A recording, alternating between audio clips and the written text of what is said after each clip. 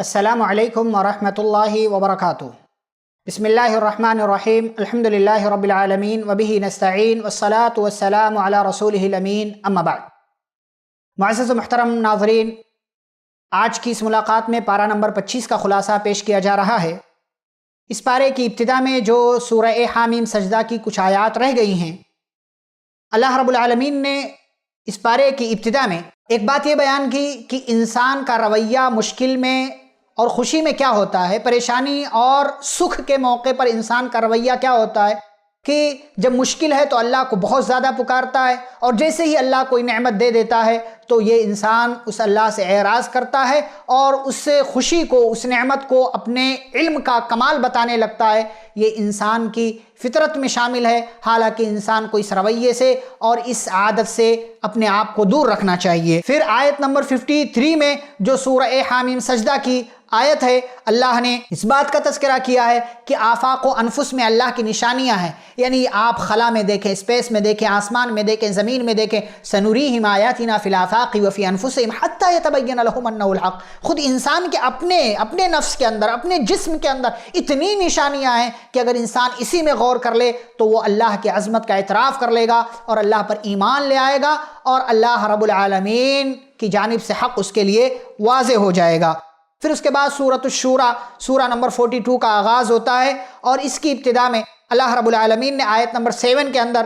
قرآن کے نزول کا مقصد ذکر کیا ہے، وَكَذَلِكَ أَوْحَيْنَا إِلَيْكَ قُرْآنًا عَرَبِيًّا لِتُنذِرَ أُمَّ الْقُرَىٰ وَمَنْ حَوْلَهَا، کہ تاکہ اس کتاب کے ذریعے مکہ والوں کو اور آس پاس کے لوگوں کو اے نبی صلی اللہ علیہ وسلم آپ ڈرانے کا کام کریں۔ آیت نمبر 13 سے لے کر 15 میں تمام انبیاء کرام کو اللہ نے اس بات کی وصیت کی کہ اللہ تمہیں اس بات کی وصیت کرتا ہے کہ تم ان اقیموا الدین ولا تتفرقوا فیہ، کہ تم دین کو قائم رکھنا اور اختلاف سے، انتشار سے اپنے آپ کو دور رکھنا۔ نمبر 20 کی آیت میں اللہ نے دنیا اور آخرت کے طلبگار کا بدلہ ذکر کیا ہے، من کان یرید حرث الآخرۃ نزد لہ فی حرثہ، کہ جو ہم سے آخرت مانگتا ہے ہم اس کی کھیتی میں اضافہ کرتے ہیں، ومن کان یرید حرث الدنیا نؤتہ منہا، اور جو ہم سے صرف دنیا کی کھیتی میں فائدہ چاہتا ہے تو ہم اسے دے تو دیتے ہیں، لیکن وما لہ فی الآخرۃ من نصیب، آخرت میں ایسے لوگوں کا کوئی حصہ نہیں ہے۔ پھر آیت نمبر 30 اور 31 میں مصیبت و پریشانی کا بنیادی سبب اللہ نے ذکر کیا، وما اصابکم من مصیبت فبما کسبت ایدیکم ویعفو عن کثیر، کہ تمہیں جو بھی مصیبت، جو بھی پریشانی لاحق ہوتی ہے یہ تمہارے اپنے ہاتھ کا، تمہارے اپنے اعمال کا نتیجہ ہے، جبکہ اللہ کا معاملہ تو یہ ہے کہ تمہارے بہت سارے گناہوں کو وہ معاف کر دیا کرتا ہے۔ آیت نمبر 36 سے 39 میں ایمان والوں کی چند صفات اور مشورے کی اہمیت و افادیت کا اللہ نے ذکر کیا ہے کہ ایمان والے اپنے رب پر بھروسہ کرتے ہیں، خرچ کرتے ہیں، غصے پر کنٹرول کرتے ہیں، اور اپنے تمام معاملات مشورے سے وہ انجام دیتے ہیں۔ وَأَمْرُهُمْ شُورَىٰ بَيْنَهُمْ، اس حوالے سے مشورے کی کیا اہمیت ہے یہ آپ تفسیری نکات میں دیکھ سکتے ہیں۔ پھر آیت نمبر 49 سے 50 میں اللہ رب العالمین نے اس بات کا تذکرہ کیا ہے کہ اولاد دینے والی ذات صرف اللہ کی ہے اور یہ اسی کی قدرت ہے۔ لِلَّهِ مُلْكُ السَّمَاوَاتِ وَالْأَرْضِ يَخْلُقُ مَا يَشَاءُ يَهَبُ لِمَن يَشَاءُ إِنَاثًا وَيَهَبُ لِمَن يَشَاءُ الذُّكُورَ، کہ اللہ ہی کے لیے آسمان و زمین کی بادشاہت ہے، وہ جو چاہتا ہے پیدا کرتا ہے، جس کو چاہتا ہے بیٹی بیٹی، جس کو چاہتا ہے بیٹے بیٹے، جس کو چاہتا ہے دونوں دیتا ہے، جس کو چاہتا ہے نہیں دیتا۔ وہ جاننے والا ہے، وہ اندازہ کرنے والا ہے، اسے پتہ ہے کہ کس کے ساتھ کون سا معاملہ کرنا ہے، وہ حکیم ہے، اور حکیم کی کوئی بھی بات حکمت سے خالی نہیں ہوا کرتی۔ آیت نمبر 52 سے 53 میں وحی کی مختلف صورتیں، کس کس طریقے سے پیارے نبی صلی اللہ علیہ وسلم پر وحی کی جاتی تھی اور اللہ اپنا پیغام بھیجتا تھا، اللہ نے اس بات کا تذکرہ کیا ہے۔ پھر اس کے بعد سورۃ الزخرف کا آغاز ہوتا ہے، سورہ نمبر 43، اور اس کی ابتدا میں بھی اللہ رب العالمین نے اپنی قدرت کا تذکرہ کیا ہے، نعمتوں کا تذکرہ کیا ہے کہ کس طریقے سے اللہ سارے معاملات انجام دیتا ہے۔ پھر آیت نمبر 12 سے لے کر 14 تک میں سواری پر سوار ہونے اور سفر کی دعا کا تذکرہ کیا ہے، سبحان الذی سخر لنا ھذا وما كنا له مقرنین وانا الی ربنا لمنقلبون۔ پھر اللہ کی یاد سے غفلت کا کیا انجام ہوتا ہے۔ آیت نمبر 36 سے 39 میں اللہ نے ذکر کیا کہ جو رحمان کے ذکر سے اعراض کرتا ہے اللہ کہتے ہیں ہم اس کے حوالے ایک شیطان کر دیتے ہیں، وہ اس کا دوست بن جاتا ہے اور راہ راست سے اس کو روکتا رہتا ہے، صراط مستقیم پر جانے نہیں دیتا، اور یہ انسان یہ سمجھتا ہے کہ سب سے زیادہ متقی، سب سے زیادہ ہدایت والا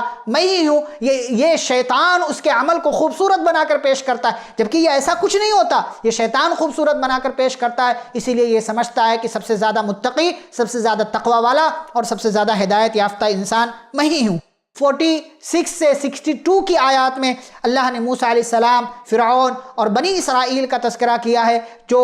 اس سے پہلے بھی کئی مرتبہ یہ باتیں آپ کے سامنے آ چکی ہیں۔ آیت نمبر 77 سے 78 میں جنت اور جہنم میں موت نہیں آئے گی، وہاں موت کو بھی موت آ جائے گی اور اعلان کیا جائے گا کہ اب کسی کو بھی موت نہیں۔ جہنم کے داروغے مالک سے کہیں گے وَنَادَوْا يَا مَالِكُ لِيَقْضِ عَلَيْنَا رَبُّكَ، وہ لوگ مالک سے کہیں گے کہ اے مالک آپ جا کر کہہ دو تاکہ ہمیں موت آ جائے، ہمارا رب ہمیں موت دے دے۔ تو جہنم کا داروغہ کہے گا اِنَّكُمْ مَاكِثُونَ، نہیں اب موت کسی کو نہیں آنی، اب تم یہیں ٹھہرے رہو، اب یہاں کے بعد کبھی تمہیں یہاں سے نہیں نکالا جائے گا۔ یہاں پر سورہ زخرف مکمل ہوتی ہے، پھر اس کے بعد سورۃ الدخان سورہ نمبر 44 کا آغاز ہوتا ہے، اور آیت نمبر 1 سے 6 میں قرآن کا نزول ایک مبارک رات میں ہوا، اور پھر اس رات کا مقام کیا ہے یہ اللہ نے ذکر کیا، اِنَّا أَنزَلْنَاهُ فِي لَيْلَةٍ مُبَارَكَةٍ إِنَّا كُنَّا مُنذِرِينَ فِيهَا يُفْرَقُ كُلُّ أَمْرٍ حَكِيمٍ، یہ اللہ نے تفصیلی بات ذکر کی ہے۔ پھر اس کے بعد اللہ نے اپنی کئی نعمتیں ذکر کی ہیں، فرعون کا تذکرہ کیا، موسیٰ علیہ السلام کا تذکرہ کیا ہے، اور پھر اس سورہ کے آخر میں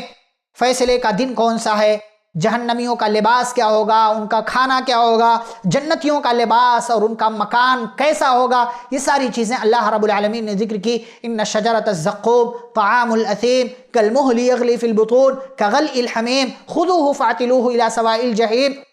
کہ زقوم جہنمیوں کا کھانا ہوگا، جو گنہگاروں کا کھانا ہے، جو تلچھٹ کی طرح ہوگا، جو انسان کی اتڑیوں کو پھاڑ کر رکھ دے گا، اور گرم گرم پانی انہیں پلایا جائے گا، انہیں جہنم کے اندر ڈال دیا جائے گا اور کہا جائے گا ذوق، اب یہاں پر عذاب کا مزہ چکھو۔ وہیں پر جنتیوں کا تذکرہ کیا اللہ نے، ان المتقین فی مقام امین فی جنات وعیون یلبسون من سندس واستبرق متقابلین، جہاں وہ رہیں گے امن والی جگہ، پیسفل مکان رہے گا، اور وہ جنتوں میں ہوں گے، چشموں میں ہوں گے، پانیوں میں خوبصورت بہترین اچھے پانی میں ہوں گے، اور وہ ریشم کا لباس پہنیں گے، اور اللہ حور عین سے ان کی شادی کرائے گا، نکاح کرائے گا، اور وہاں پر کوئی بھی موت نہیں آنے والی۔ اللہ کہتے فضلا من ربک، یہ آپ کے رب کا فضل ہے اور یہی بہت بڑی کامیابی ہے۔ پھر اس کے بعد اس پارے کی آخری سورہ سورۃ الجاثیہ کا آغاز ہوتا ہے، سورہ نمبر 45، جس کے اندر اللہ نے ابتدا میں پھر اپنی کچھ باتیں ذکر کی ہیں، قرآن کے نزول کا مقصد بیان کیا ہے، اس میں بہت ساری نشانیاں ہیں، انسان کی تخلیق میں بہت ساری نشانیاں ہیں، تلک آیات اللہ نتلوها علیک بالحق، یہ اللہ نے ذکر کیا کہ اللہ کی نشانیاں ہیں جن کو ہم حق اور سچائی کے ساتھ آپ کو بتا رہے ہیں۔ فبأي حدیث بعد اللہ، فبأي حدیث بعد اللہ وآیاتہ یؤمنون، تو اللہ کی بات کے بعد اب یہ کس بات پر ایمان لانے والے ہیں، کن آیتوں پر، کن نشانیوں پر ایمان لانے والے ہیں۔ پھر آیت نمبر 7 سے لے کر 11 میں جھوٹے شخص کا کیا انجام ہوگا، اللہ نے اس بات کا تذکرہ کیا، وَيْلٌ لِكُلِّ أَفَّاكٍ أَثِيمٍ، ہر جھوٹ بولنے والے گنہگار کے لیے جہنم کی ویل نامی وادی اللہ رب العالمین نے تیار کی ہوئی ہے۔ پھر آیت نمبر 18 سے 19 میں